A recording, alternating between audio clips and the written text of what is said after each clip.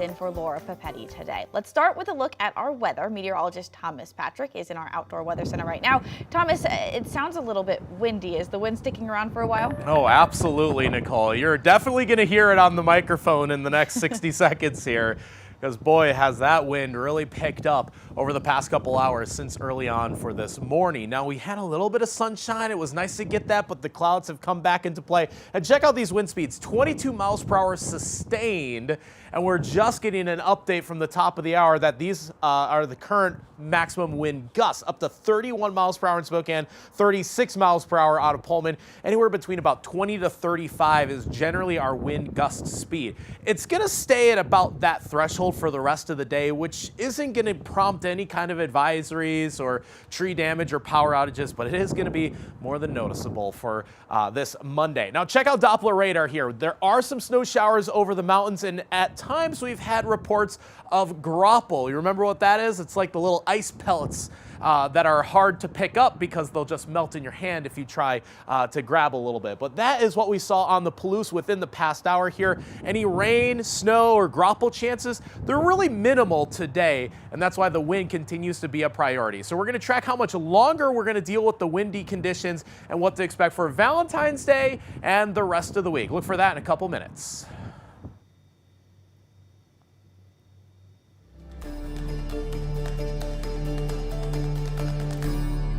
Well, it's Boomtown Week here at KREM 2, and we continue to look at growth here in the inland Northwest and how that growth is impacting all of us. Our population increases and our cost of living does as well. So rent prices have grown so much over the past few years, many people are being priced out of their homes. KREM 2's Channing Curtis is digging deeper to find out what's being done to make living in Spokane affordable for everyone.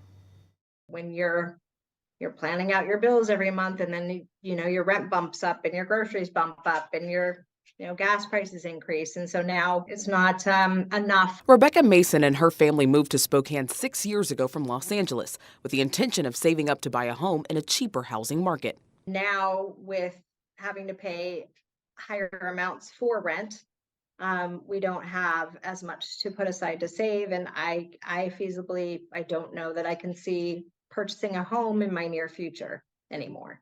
Now, Rebecca says she and her wife have to pay hundreds of dollars more next month to stay in their current home. $600 if we do not sign the year lease, and $400 if we do. We're not planning on signing that year lease and are hoping to find other housing. That'll be a $600 increase. It was supposed to happen February 1st, and we got 3 weeks notice. In a survey conducted in November by The Zone at the Northeast Community Center, 852 people in the city of Spokane were asked about the cost of living expenses. 59% said their rent went up in the last 6 months, and 43% said they saw an increase of up to $500. I could have afforded a 7% increase, but I couldn't afford a 50% increase.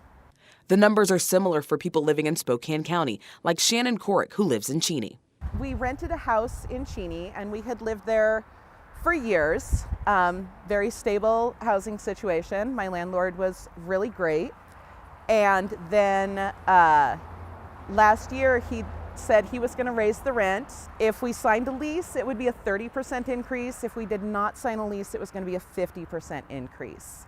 And we could not find anywhere to move that was at all affordable. That same survey conducted by The Zone asked 133 people who live in Spokane County about their rent. 54% said they had an increase in the past 6 months of up to $1,000.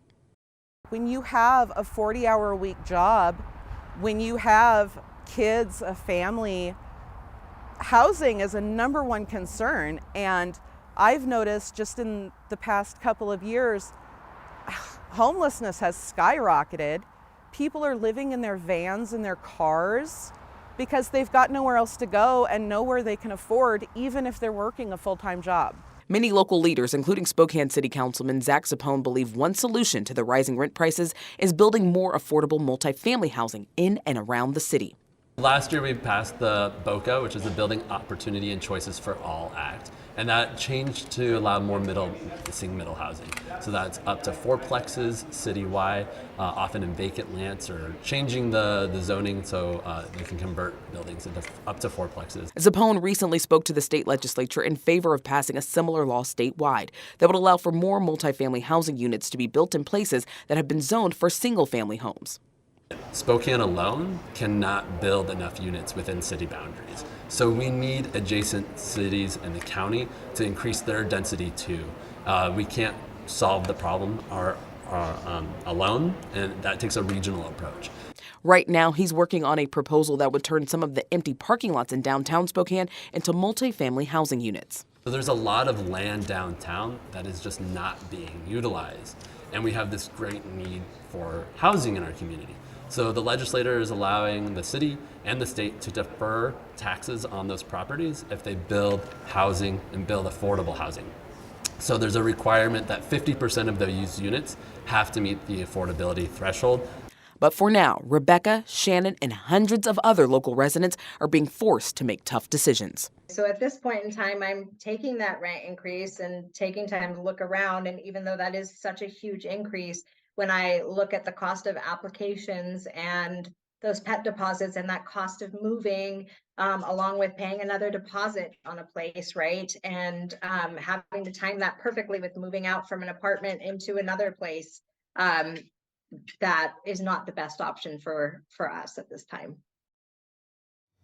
So Rebecca and Shannon are both advocating for more tenant protections statewide, and there are several local and regional organizations that can help if you or someone you know is struggling to make rent payments, including the Tenants Union of Washington State. Their number is at the bottom of your screen right now and also on an article on KREM.com. And in our effort to bring you more to every story, one of the affordable housing solutions you just heard about will be introduced to Spokane City Council tonight. This new ordinance would create a tax incentive for developers to build affordable housing downtown. City Council will be reading the ordinance for the first time in this evening's meeting. It would create a sales and use tax deferral program to incentivize building on unused land downtown. Under the ordinance, at least half of that development would have to be affordable housing. A good portion of that unused land downtown is parking lots. The city says a 2019 study shows 30% of downtown is parking, and the study found even at the busiest times of day, people were only using 56% of the available parking. Our Boomtown coverage continues all week long. Tonight we're in Coeur d'Alene, where a battle is brewing over plans to turn a field into a new community with thousands of new homes, apartments, and businesses. Developers say it will bring much needed housing, 900 new jobs, and millions in annual tax revenue for the city. But those living near the proposed site say their peaceful neighborhood will pay the price. During a 6-hour-long meeting last week, they asked city council members to reject the idea. As we saw that night, there's a lot of passion involved here because this is going to change the community, and everyone knows that. We're seeing change across the community here in Kootenai County every single year. No one would have ever guessed this was going to happen 20 years ago. How do you maintain that quality of life while adding more quality of life in a different community next to it? It's all the challenge of change, and KREM 2's Kyle Simchuk reports on what's next for the project and some possible compromises. That story tonight on KREM 2 News at 6.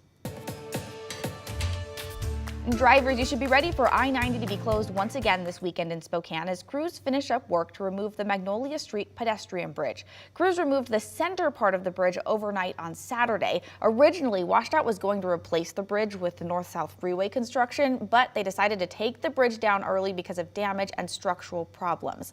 The freeway will close this Saturday at 10 p.m. and stay closed until 9 a.m. And new at noon, some good news for both the Gonzaga men's and women's basketball teams. Both teams are heading up in the latest AP polls. The Gonzaga men jumped 3 spots to number 13 with just a few games left in the regular season. Gonzaga is looking to cement its case for a high seed in the NCAA tournament. Most bracket predictions have the Zags as a number 4 seed, though they could move up with a few more wins. The Bulldogs have 2 games on the road this week against LMU and Pepperdine. And the Gonzaga women's basketball team is also up 3 spots this week to number 20. The Zags beat Portland this weekend to take sole possession of first place in the West Coast Conference. Kaylin Trong scored 20 points in that game, reaching over 1,000 points for her career today. She was actually named WCC Co-Player of the Week. Congratulations to Kaylin.